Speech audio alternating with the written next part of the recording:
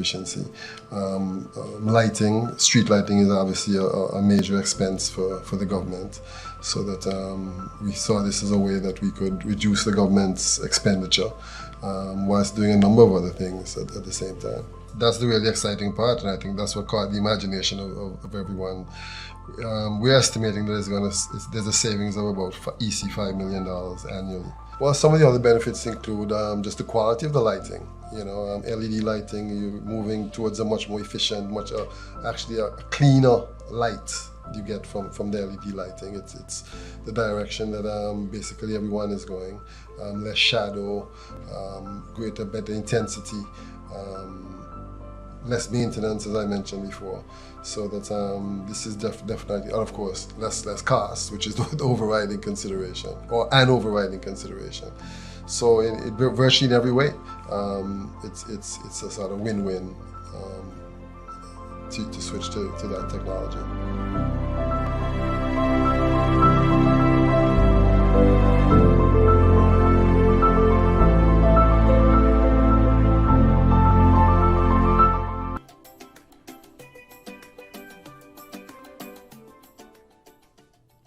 Street lights light the way home and help us to feel safe. However, it comes with a cost. In Antigua and Barbuda, the government's street lighting bill was approximately USD 3.6 million a year. Assistance came from a coalition of partners: the Caribbean Development Bank, the European Union, and the United Kingdom, working together under the Sustainable Energy for the Eastern Caribbean Program, or SEEC.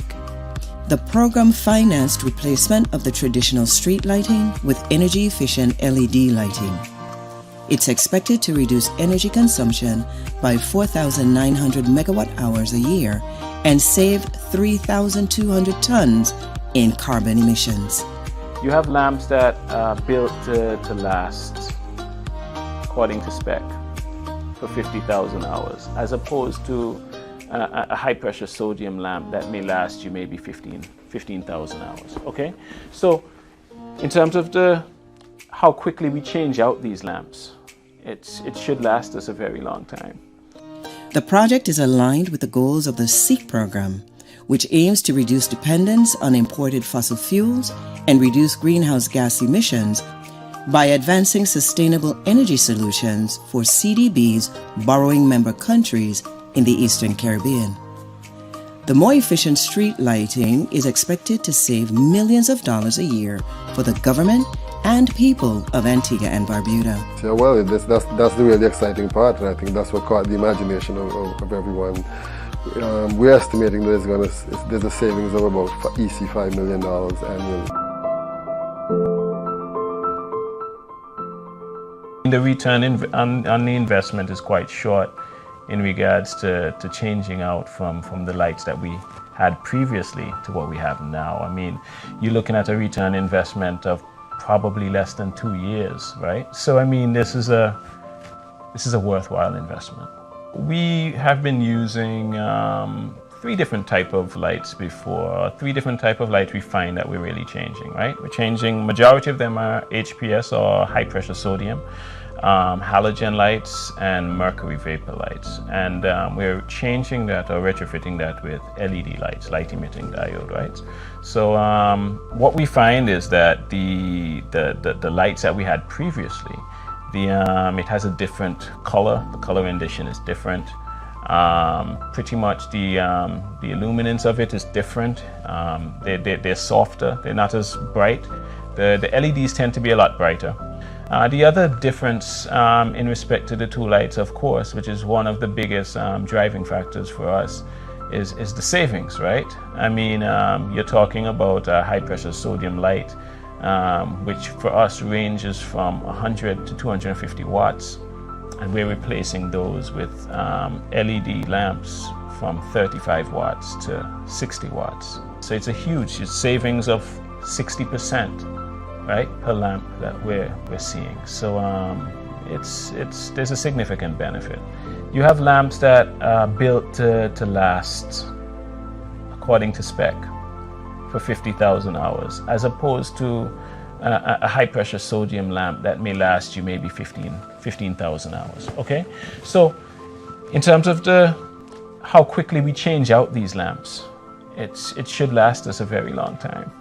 We shouldn't have to be changing out these lamps and pretty much outputting resources towards purchasing these for a while. So that's a good thing. And it's also, I would say it's also more climate friendly than it was before. Of course, if you're using a lamp that is 100 watts compared to one that's 35 watts, you need to produce the power to facilitate that lamp. So that on the other end, which maybe we don't talk as much about, is in terms of greenhouse gases, it has an impact from that end as well. So we don't need as much power to facilitate all the lights during the night. So I think it's a benefit to us all.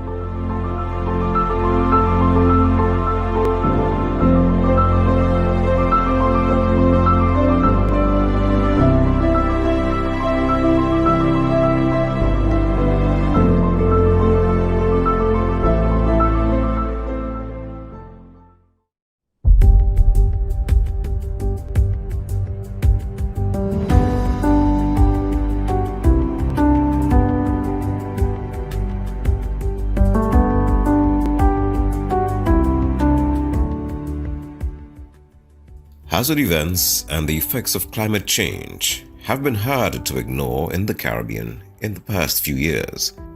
These events have become more frequent and intense in the region. The Caribbean Development Bank has been at the forefront of efforts to build the region's resilience to the effects of climate change for many years. The underlying thing is that we are in a very vulnerable region, and we do need the resources to help us to build resilience so that we can be better prepared for these natural hazard events when they do come, so that we're not rebuilding, because we spend a lot of resources rebuilding. In 2014, when the African, Caribbean and Pacific or ACP group of states established the Natural Disaster Risk Management Program or NDRM with funding from the European Union, CDB became one of the first implementing partners. The NDRM is a €20 million initiative and is dedicated to building the Caribbean's capacity to prepare for, manage, respond to, and recover from the potential impacts of natural hazards and climate change. The program funds projects to build the resilience our countries need. One such project in Jamaica is the upgraded flood early warning system for the Rio Cobre watershed, which has been recently implemented in the Bogwalk St. Catherine area in an effort to reduce damage and improve safety in the communities in this flood-prone area. Well, this project, essentially what it does is it provides us with the ability to give an early warning when the Rio Cobre, a very important river in Jamaica, is in a flood stage that can become a danger to persons who are along particular parts of the banks of this river. It passes through a gorge, and the road follows almost at river level, and the road crosses the river at what we call a flat bridge, which is a bridge without rails. And at times this bridge gets overtopped, and then when it gets overtopped, what happens is that if there are cars in the gorge trying to cross the bridge, they may get washed over the bridge and washed away. So between the bridge and the lower lying areas, we've had some losses of lives in the past, and the idea behind this project is to mitigate against that, to not let that happen, to give especially the drivers, the commuting public, to give them a heads up that there's danger and that they should not approach. So this is one of the 5 stream gauge stations. This one was upgraded under the project. This particular stream gauge was a contact stream gauge, contact with the water, upgraded to a non-contact because it has now a radar that actually transmits to enable us to know what the water level is. And it sends the signals via GSM to a website which we're able to retrieve. Also, it does send alarms once it reaches certain stages, 6 feet, 7 feet, 8 feet, as the water continues to rise, and that enables us to make decisions whether to close the gorge or not to close the gorge. But the information here is coupled with information from in the upper section of the watershed, where we have 6 intensity rain gauge stations. Those record when there is an event that produces 2 inches of rainfall within 1 hour, then an alarm is triggered. We are the Water Resources Authority, so apart from being concerned with groundwater and general surface water for distribution and use, we are also concerned with water at flood stages. We are dependent on to tell people, for instance, what are the heights of floods and what are the effects of floods. And so this will help us to, at the end of the day, to bring forward to the public more accurate information, more timely information. And it is the timeliness that is critical, because this timeliness is what actually saves lives.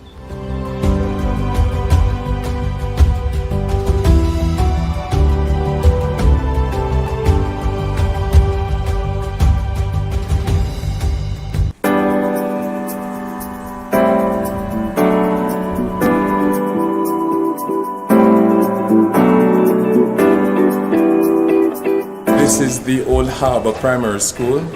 We came to this new location only in the year 2000.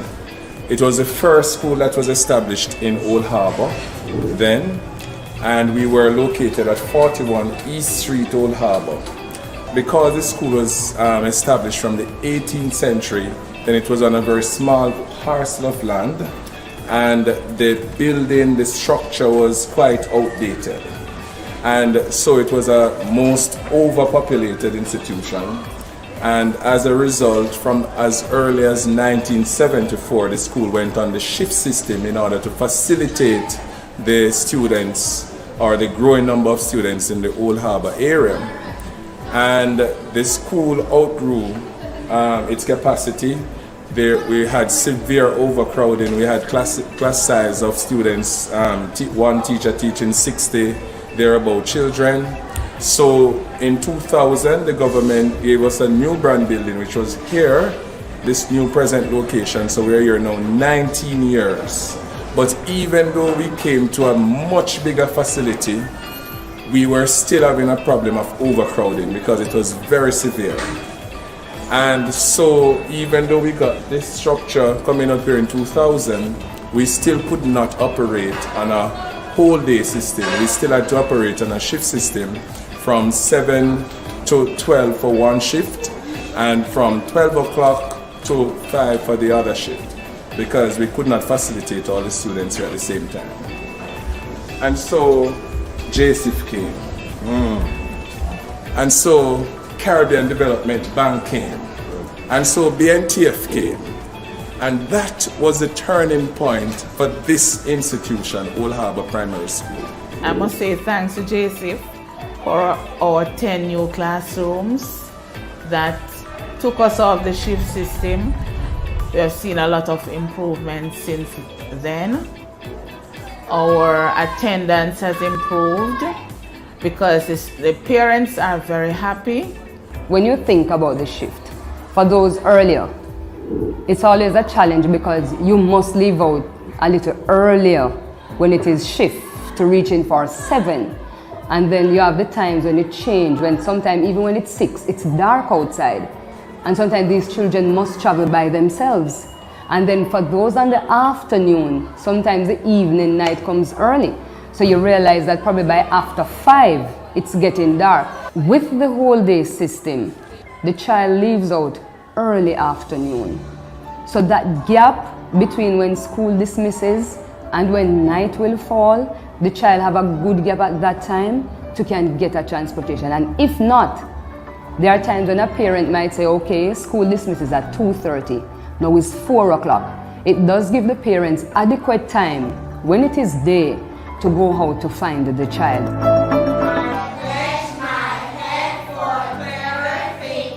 There was no time for extracurricular activities, even though we tried to make time. Because, you know, teachers are innovators. So we tried to make time, but now it is better because every Friday we dismiss school at 1:45. And the rest of the afternoon is for clubs and societies. We have our ladies club, the ladies that you see in the white and blue. We have 4-H club, we have brownies. Our netball team is doing extremely well. Our footballers are doing extremely well. As you see, we have a robust physical education program going on. Here at the Old Harbour Primary School, we have a special education unit where we cater to the students with learning problems, especially in the area of reading. We have received some resources from JSIF, which has helped with our reading program. We have also received resources for math. And like for the concept of time, when we're teaching time, the students grasp the concept easier because they have the clocks, the small clocks to move the hands for themselves, they manipulate the resources for themselves, so they learn better that way. I was privileged to be among the team of teachers who were trained by JSIF in the water, sanitation and hygiene program. Since we have gotten that training, we have implemented a number of programs in this school to educate our students on how to better deal with their hygienic problems, how to keep our surroundings clean, and basically how to handle themselves to prevent diseases and generally to keep the school environment clean. Parents love what they see here, they love what they see happening here, so they are pulling students from other schools to come here. We are now the school of choice in Old Harbour.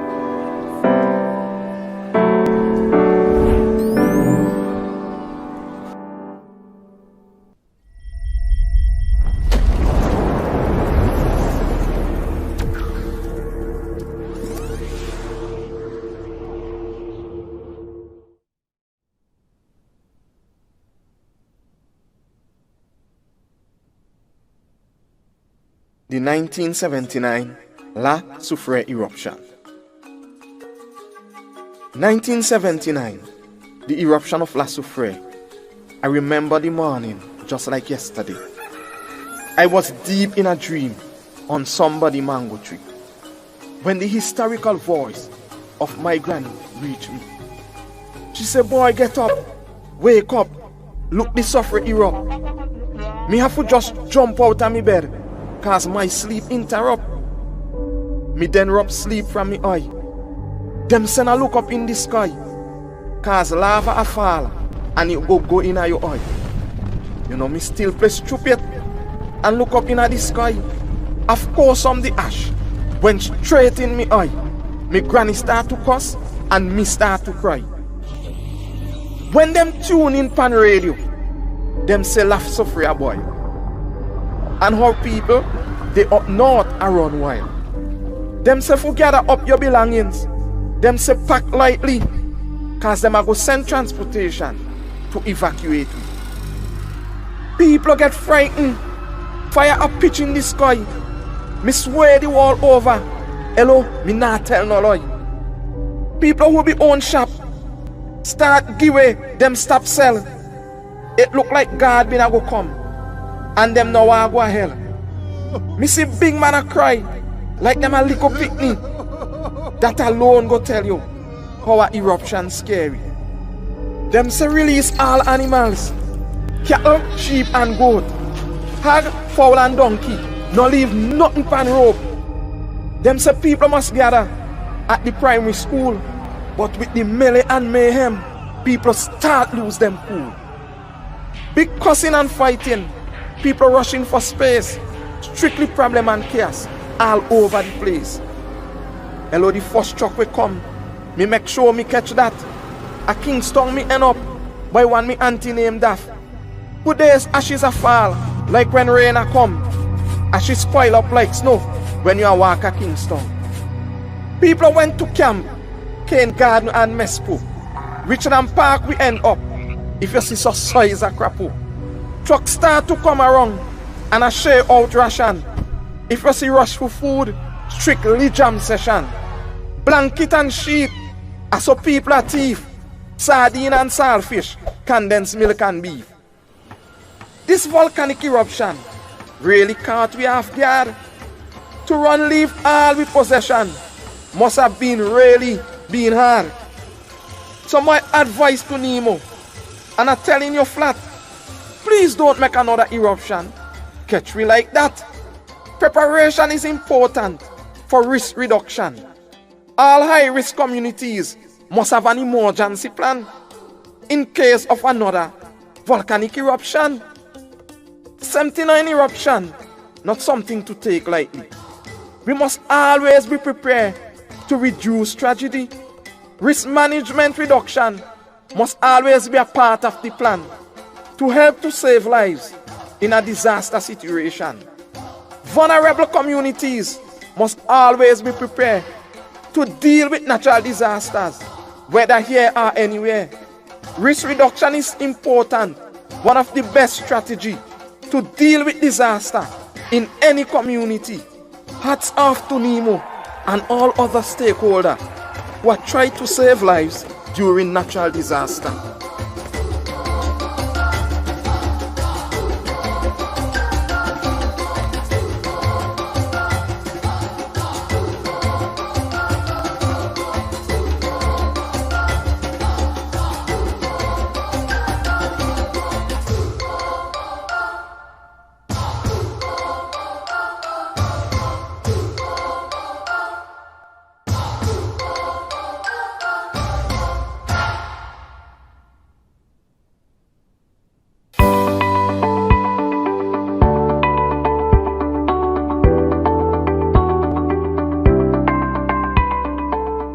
We are here in the district of Garfield, where this road was newly constructed by JSIF for the people of the community. This road was built somewhere in 1968 when Kaiser settled most of the persons here, and nothing has been done to the road. Nothing, absolutely nothing.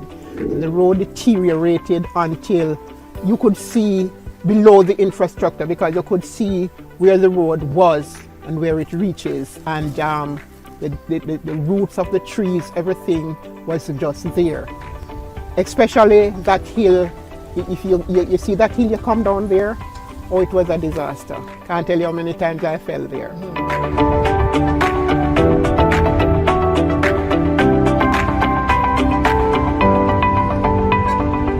This area we used to have a lot of problem because the culvert here was very small, and then the water used to back up in the home. Now we change and put a huge one that take away all the water across, so the people are comfortable. For the children, it was very, very, very hard. They had to walk out, or probably have to give them 2 pairs of shoes. So when they reached there, they would change that one to put on their school shoes to go to school. And even when we are going to church, we have to do the same things. Bring 2 pairs of shoes. We are bound one on our foot because the road was so bad that we couldn't afford to wear our good shoes on the road.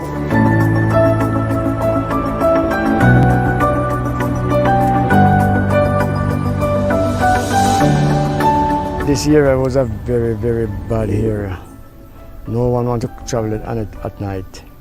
It's dark, bad, and it's rough. Name it. And when the rain fell on and we get all a 2-day rain or 3-day rain, we have roadblock here right here. And the water go up, and it tall as the cotton tree almost, and then the limb. Yeah, the water was smaffy time. But since it's road fixed now and maintained, the water leak away very fast. I'm very grateful to know that the road has come and it uplifts the spirit of the people. And you know, you have vehicles coming through all time of the day. All time of the day.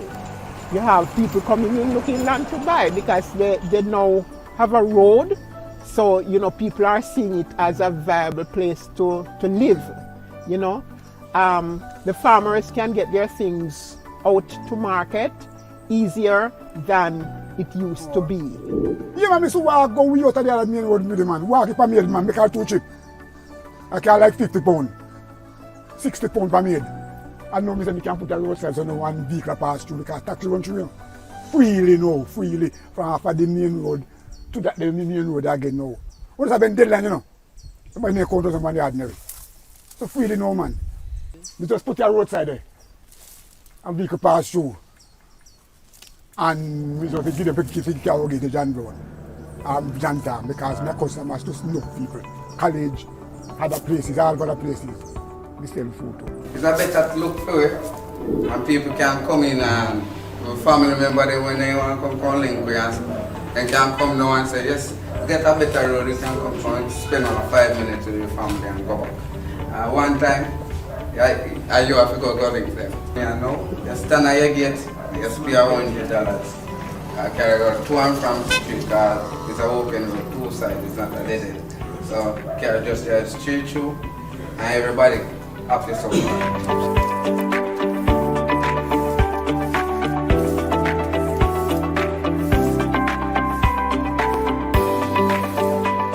Has brought a lot to the community. People feel better now.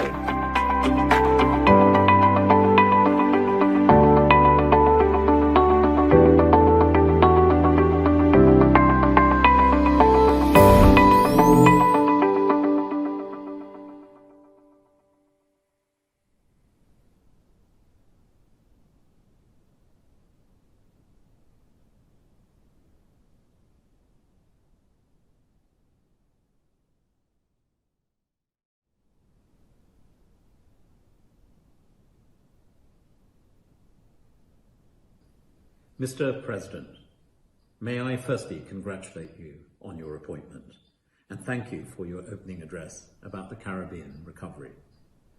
Fellow governors, bank management, thank you for your partnership to help Caribbean countries succeed. As I make my remarks, I would like to highlight 3 areas, 3 priorities, 3 headlines from the UK written statement. Firstly, about the pandemic response. Secondly, on climate change. And thirdly, on bank transformation and reform. First and foremost, we urge the bank to maintain a focus on the pandemic response. We all know that the Caribbean has been hard hit by the pandemic. Indeed, I've found that in my various bilateral conversations I've had with fellow colleagues and ministers across the Caribbean. And we also know that the IMF forecasts that countries dependent on tourism face a real drawn-out recovery. We therefore congratulate the bank for substantially increasing project approvals and disbursements during the last year. And as the bank continues to respond, we urge it to prioritise the most vulnerable countries across the Caribbean. The bank should support borrowers to improve their socio-economic data, for producing up-to-date poverty assessments, to target finance for those most in need. To support these efforts, the UK was pleased to maintain its 14% contribution to the Special Development Fund for the most vulnerable borrower populations. Vaccines, as we've often said, and we will continue to say, are obviously our best route to recovery. And global supply constraints and vaccine hesitancy are hurdles to overcome across the world, including in the Caribbean. Therefore, the UK has already contributed more than £500 million to COVAX. Indeed, we helped to establish the facility, led by our Prime Minister Boris Johnson. And recently, the UK hosted and chaired G7 Summit, also made good progress on supply, with its pledge to share 1 billion doses for poorer and more vulnerable countries over the next year, in addition to financial support to COVAX. The bank, therefore, has an important contribution by supporting countries to develop national plans to accelerate vaccine rollout. It's not just about supply, it's also about logistics and in-country distribution. Debt is also a growing challenge across the region and a threat to recovery. The G20 Common Framework offers a route to debt restructuring for those who need it by involving all bilateral and private creditors. The bank should provide technical support where necessary, working alongside the IMF and indeed others to help countries improve their debt management and transparency. As I said earlier, we also look towards the bank, secondly, to focus in on climate change.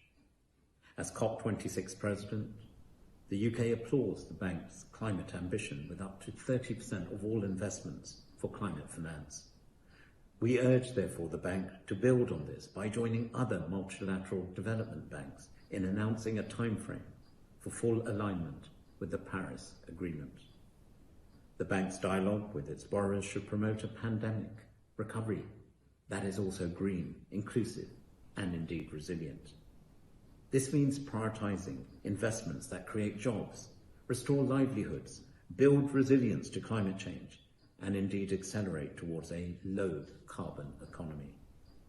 The bank is an important partner for all countries of the region as they draw up their strategies and plans to reduce emissions, adapt to climate change, and protect nature and biodiversity. We therefore welcome the review of the bank's energy strategy and the region's commitment to generate almost half of its power from sustainable sources by 2027. That's the kind of ambition we really need. We also believe it can go further by ending finance for all oil projects and by only financing gas projects under quite exceptional circumstances. Before COP26, we would welcome an action plan for unlocking greater volumes of private climate finance to accelerate the regional transition to low carbon and a low carbon development pathway. Thirdly, the bank should also accelerate its plans for transformation and reform. Recent improvements to disbursements should be sustained. That's what member states want. Project implementation should also improve. And I encourage the new leadership team to deliver at pace to maintain their high ambition for the bank's increased efficiency and indeed effectiveness. And lastly, I highlight the UK Caribbean Infrastructure Fund as part of our important partnership with the bank and the region. We, the United Kingdom, are proud that it demonstrates a best practice model for climate resilient and socially inclusive infrastructure.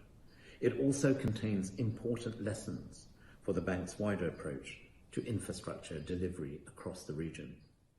We therefore look forward to getting projects back on track under the new bank's leadership. Mr. President, climate change and the pandemic are arguably the greatest challenges facing the world in the modern age. Overcoming them is also the greatest rallying call that unites us all. The UK and the Caribbean share strong bonds between our people. And together, and with global partners, we must tackle climate change. We must together emerge from the pandemic, and we must work together to build a sustainable and prosperous future for us all. Thank you.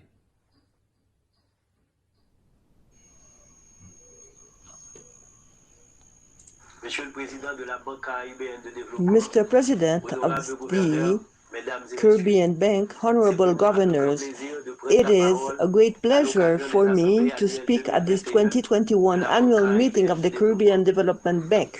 First of all, I would like to thank the bank's president and his staff for the excellent arrangements made for the success of our virtual meetings on the development prospects of our region and on the role of our institution in overcoming the challenges facing our countries. Since 2007, Caribbean Development Bank has been a privileged interlocutor of the Haitian authorities. CDB has mobilized its entire range of financial tools to support projects that contribute to human and institutional capacity building to the fight against climate change in our country. CDB is deploying a dynamic and diversified cooperation in our country, the cumulative interventions of which amount to $145 million, targeting the priority sectors of education, agriculture, and risk management. We are satisfied with the quality of CDB interventions, and we strive every day to overcome the obstacles to the proper implementation implementation of projects to accelerate the disbursement of allocated funds. Our region is going through a difficult and exceptional crisis, and in 2020, it was one of the regions most affected by the COVID pandemic in terms of contraction of GDP growth. At this moment, in addition to grappling with the effects of COVID-19, the Caribbean crisis is facing climatic hazards and social vulnerabilities that exacerbate inequalities and weaken growth and development. The COVID-19 crisis is particularly hard. Vulnerable households and micro and small businesses that do not have the resources to absorb this additional shock. This situation threatens to reverse the progress made over the past 5 years in access to education, healthcare services, and economic transformation in some countries. Weighed down by successive socio-political shocks and economic damage from the COVID-19 pandemic, growth in Haiti regressed by 3.3% in 2020, dragging the country into severe recession. For this year, 2020-21, economic growth is expected to be below the initial forecast of 2.4%, given the persistence of the political crisis and the resurgence of the pandemic. In this context, we continue to take exceptional measures to mitigate the economic and social damage resulting from this pandemic that further reduces our budgetary margins. In this critical period when our country is facing multiple challenges, CDB's interventions remain essential to support the government in its efforts for its economic recovery through actions focused on productive sectors such as agriculture, digital technology, the garment industry, and tourism.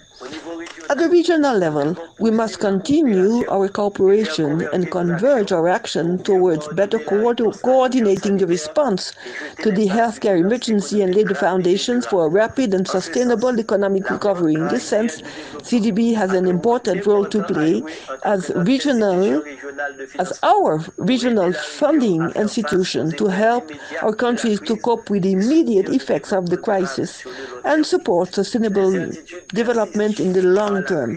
Uncertainty persists as the healthcare crisis has not been overcome.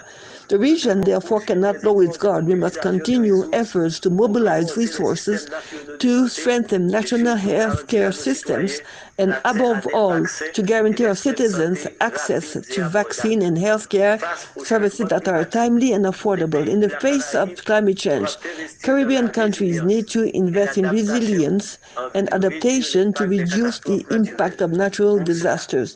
In this sense, we must support member states in accessive, innovative risk financial mechanisms likely to considerably reduce losses to natural hazards. This is why it is important that CDB support the Caribbean people in developing additional financial tools in resilience. And we, in this sense, welcome the good collaboration between CRIF and CDB in the context of the implementation of parametric risk insurance made available to the countries of the Caribbean and Central America. We invite the Caribbean Development Bank to focus its action on areas where it has a comparative advantage over other multilateral development banks, while seeking synergies and collaborations with other development partners in other areas with a view to accelerating the implementation of priority objectives for our countries to achieve sustainable development goals and to totally curtail the COVID-19 pandemic. We urge CDB to help our countries face economic and social changes, mitigate the effects of climate change, create job opportunities, and achieve resilient and inclusive growth. In order to better focus its activity and produce a more significant development impact, it is important that CDB adopt a more targeted and flexible approach and takes into account the specificities of each borrowing country. Thank you for your attention.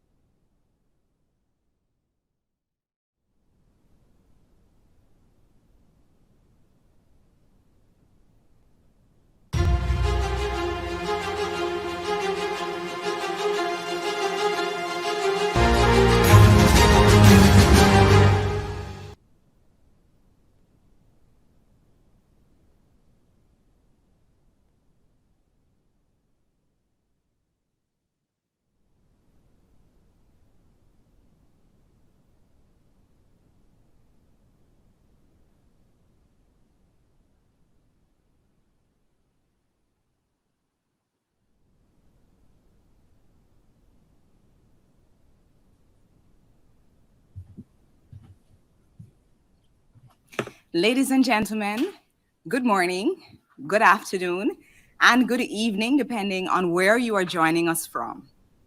I am Camille Taylor, Head of Corporate Communications at the Caribbean Development Bank, and I have the pleasure of welcoming you to the closing ceremony of the 51st annual meeting of the Board of Governors of the CDB.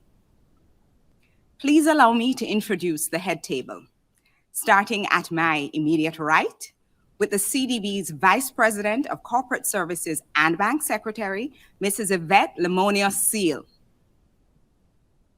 The President of the Caribbean Development Bank, Dr. Jean Leon. The Vice President of Operations of the CDB, Mr. Isaac Salmon.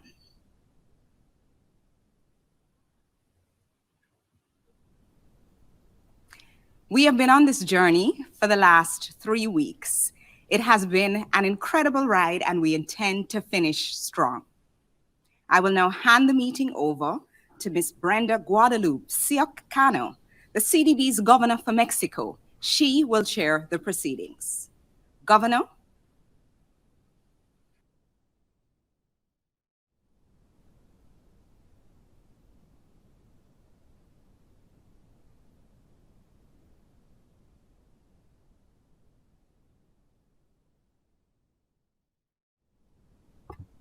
Pardon me, I think you thank you very much. Good morning, dear governors, management, and staff of the bank. It is a pleasure for me to chair this second day of the 51st annual meeting of the Caribbean Development Bank. To start this closing ceremony, it's an honor for me to give the floor to Dr. Jean Leon, who will share his remarks. President, please, the floor is yours. Thank you, Chair. Governors, directors, observers, guests, ladies and gentlemen, good morning or good afternoon, wherever you are. Madam Chair, regretfully, we have come to the end of the 51st annual meeting of the Caribbean Development Bank. This is my first meeting, but already fond memories of lively engagement and high-quality discussions are imprinted on my mind. Madam Chair, I must acknowledge and thank you for the critical role you played in this successful event. Thank you for stepping in and taking on the responsibility of the chair of this meeting with very little notice. You steered the event well, and we are forever indebted to you for generously giving of your time. Let me take a moment to acknowledge and congratulate our Canadian colleagues on the celebration of Canada's 154th anniversary of independence. We do appreciate your taking time out from your celebrations to attend the CDB annual meeting today. The deliberations with governors over the past 2 days, alongside virtual sessions, have been extremely productive. We were afforded unique insights into some innovative solutions that the bank's borrowing member countries, BMCs for short, can adopt to overcome their development challenges. Ladies and gentlemen, the international and regional landscape has changed markedly over the past 18 months. Since the first case was reported in the region, over 2,000 lives have been lost. More persons have fallen below the poverty line, and production has been set back in an unprecedented way through lockdowns and restrictions on travel. With the onset of the pandemic, global economic activity fell by 7% in 2020, with some countries returning to real growth levels not seen since the mid-2000s. Governments have responded primarily by expanding social safety net provisions and offering economic stimulus packages. Notably, recovery to pre-pandemic levels of output is not expected to take place anytime soon. CDB has been at the forefront of efforts to mitigate the impact of the crisis on our region. We have stepped in to provide emergency assistance as well as longer-term recovery support as needed. The bank, in keeping with its poverty reduction mandate, will continue to look for innovative solutions so that it can better respond to the needs of the BMCs. Several governors welcomed the bank's new emphasis on innovation as the key to sustainable growth and resilience building in the region. The dialogue with policymakers, entrepreneurs, youth, development partners, and climate change champions in the various fora over the past few days has yielded a possible blueprint for resilience building. The recommendations call for increasing access to capital and financing, refashioning the education system to address gaps and accommodate future needs, diversifying the economy to reduce export concentration risk, investing in renewable energy and mainstreaming climate change, addressing social and gender inequalities, and strengthening the business environment for private sector development. Importantly, the discourse also called for transformative partnerships to bring us closer to our shared vision. As they reimagined the Caribbean, they envisioned strong regional collaboration and integration to respond to shocks and cushion the impact of climate events. Significant investment in digitalization and fintech to boost private and public sector competitiveness, debt relief to cushion the effects of the pandemic, and access to affordable financing facilitate investment in health, education, and infrastructure for economic growth. They also imagine CDB and other international financial institutions promoting within the commercial bonds market increased access to climate resilient debt instruments, reforming social protection systems to ensure that welfare systems are fit for purpose and appropriately responsive to shocks and safeguarding the most vulnerable. Likewise, improving governance and institutions, accommodating increased investment in agriculture and agro-processing to ensure food security, and improving governance and institutions. Governors, our region faces the inescapable reality that our vulnerability is multidimensional, sequencing of crises often not allowing adequate time and space for government. In the middle of coping with COVID-19, for example, St. Vincent and the Grenadines is also battling the effects of the eruption of the volcano at La Soufrière. Equally, in our tourism-dependent economies, the pandemic immediately wiped out and facilities.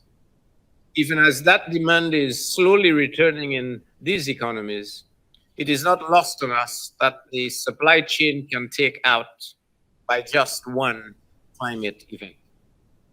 This tenuous and fragile existence renders the distance to the frontier of the Sustainable Development Goals at best daunting, as we seem condemned to taking one step forward and several steps back at every turn. But the articulation of the theme for this annual meeting was neither coincidence nor happenstance. Messages conveyed through every event have set our agenda and identified a pathway for sustainable development underpinned by economic, social, and environmental resilience and driven by innovation in every sphere. In this regard, CDB will continue to support policies that seek to advance economic diversification, while at the same time building more robust social protection programs and transformative education systems. Underscoring all of this will be ramped up investment in climate adaptation and mitigation. Fully cognizant that climate change constitutes a fundamental threat to the prospects for sustainable development in the Caribbean. As part of these efforts to scale up financing, CDB committed to align its operations with goals of the Paris Agreement within the context of the 6 areas or building blocks from the core of the joint multilateral development bank approach to implement the Paris alignment. As a first step in this process, we are currently assessing our alignment status. Thus far, our alignment looks favorable. We have largely operationalized the direction and commitment set for our climate action work, and we've done this at all levels within the bank. Staying true to our 1969 mandate, CDB must harness its creativity and ingenuity to chart a path for recovery and sustainable growth. This is a path that must be undertaken by the necessary human, technical, and financial resources to guarantee success. Governors, many of you have already called on the bank to scale up investment in recovery and building back better. I alluded to the financing needs of the region in my statement to governors yesterday. These are needs that reflect the quantum leap required, both in quantity and quality of financing, if our region is to meet the targets set by the Sustainable Development Goals. These are needs that underscore a chronically slow pace of recovery from exogenous shocks, especially natural disasters. And these are needs that call for CDB to be right-sized, fit for purpose, in order to address these challenges in a meaningful way.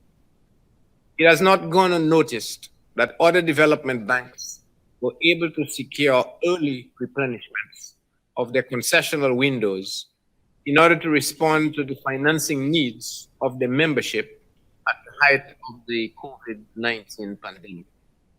CDB too will have to consider its current resources and the extent to which we are well placed to adequately respond to the articulated needs of membership. Cognizant that for many of our BMCs, CDB is part of a very limited pool of resources for development financing. The bank has embarked on a mission to strengthen its own institutional resilience. In 2020, we commenced implementation of our transformation program. This program is designed to improve operational efficiency and at the same time allow us to get closer to our clients so we can be responsive to the needs and remain relevant in the regional development space. We have established resident implementation officers in 2 of our BMCs, and we put bodies in place to facilitate project execution. We are also implementing technology-driven solutions that will allow us to identify challenges in the project cycle sooner, and likewise take corrective action earlier. However, the bank's efforts alone will not get us over the finish line. Addressing the implementation challenge will also require that our BMCs look inward to address those impediments to project and policy implementation. Of course, the bank will be there to assist you along the way with robust technical assistance programs. The fate of the region and the bank are inextricably linked. When the region succeeds, the bank succeeds. It is therefore in our collective interest to work together. Madam Chair, I have just completed my first 2 months as CDB president, and what an incredible ride it has been. We experimented with the length, the content, and format of the annual meeting this year, and I dare say, from my perspective at least, the results were overwhelming. From the meeting's virtual platform, we were able to deliver a larger number of events to a substantially larger audience. In the coming months, We will be monitoring and reviewing the situation very closely before deciding whether the 52nd annual meeting next year will be face-to-face, virtual, or a hybrid meeting. I think, however, the experience of this annual meeting suggests that irrespective of the format, we should not limit our imagination on planning for a tremendous annual meeting in 2022. So with this, until we meet again next year, please continue to stay safe. Thank you very much.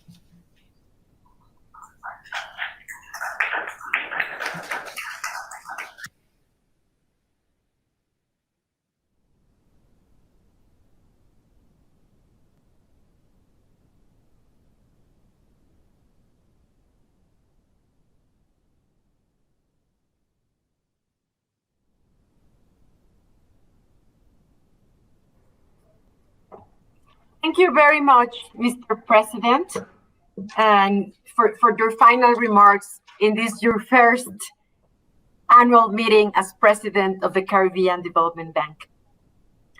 Now, I will proceed to express my gratitude to all governors for your participation during this meeting. It has been an extraordinary productive session and has allowed us to realize the role of the CDB in the region and the positive contribution it has made to the countries. In that sense, I want to highlight and recognize the priorities for building resilience, defining the CDB's strategy for the 2020-2024 period. The social,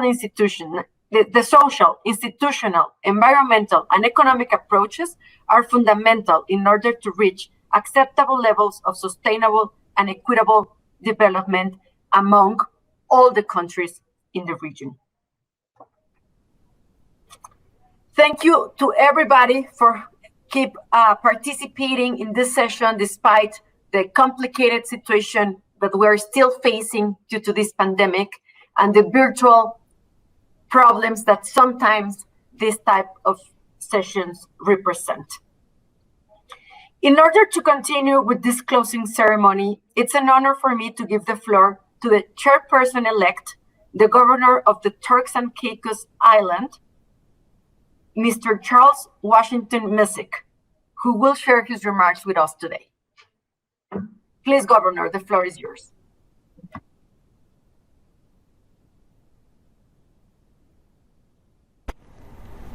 Chairman of the Board of Governors, the Honorable Mayor Motley, Prime Minister and Minister of Finance of Barbados, other distinguished members of the Board of Governors, President Dr. Jane Leon, directors, distinguished dignitaries representing the various governments and institutions, officers and staff of the CDB. On behalf of Anguilla, British Virgin Islands, Cayman Islands, Montserrat, and the Turks and Caicos Islands, I would like to record thanks to our outgoing chair for her tenacious leadership, spirit of solidarity, and deep appreciation for our common vulnerabilities and the need to collaborate to find uniquely Caribbean solutions. I'm honored on this occasion, on behalf of the Turks and Caicos and our sister territories in the Caribbean, to accept the chairmanship of the CDB Board of Governors for the year 2021 to 2022. I note with pride the strategic objectives of CDB's 2020-2024 strategic plan to build triple bottom line sustainability and resilience, social, economic, and environmental, and I will work with the bank to this end. With any crisis, the COVID-19 pandemic has taught us many lessons. It has exposed the vulnerabilities of small economies like the Turks and Caicos Islands, our risky over-reliance on the tourism industry, high cost per capita service provision and infrastructure, extreme vulnerability to economic shocks, environmental and climate threats, and associated population and development challenges. The circumstances shout for economic diversification into service activities that are sustainable. This is necessary to avoid over-dependence on tourism. If we keep putting our eggs in one basket, we risk losing everything. We no longer have the luxury to just talk. In that regard, the theme for the meeting, innovation, transformation, and sustainable development, is most appropriate, but it must go beyond talk into collaborative action. If COVID-19 has taught us anything, it has reminded us that we are our brother's keeper. In that spirit, I look forward to regular engagement with the bank on the various initiatives to achieve broad-based sustainability consistent with the carrying capacity of the various jurisdictions. I thank you and have a great meeting. Thank you.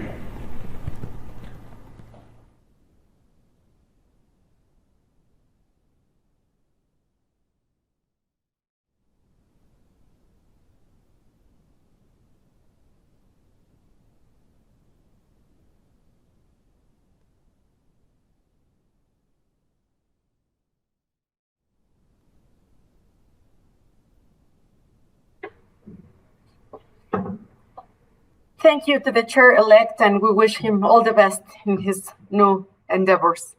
Dear governors, it has been a pleasure for me to chair this meeting. Thank you for your time and participation. Hopefully next year, we will be able to meet together in person and have the opportunity to shake hands again. I now declare the 51st meeting of the Board of Governors of the Caribbean Development Bank concluded. Thank you very much.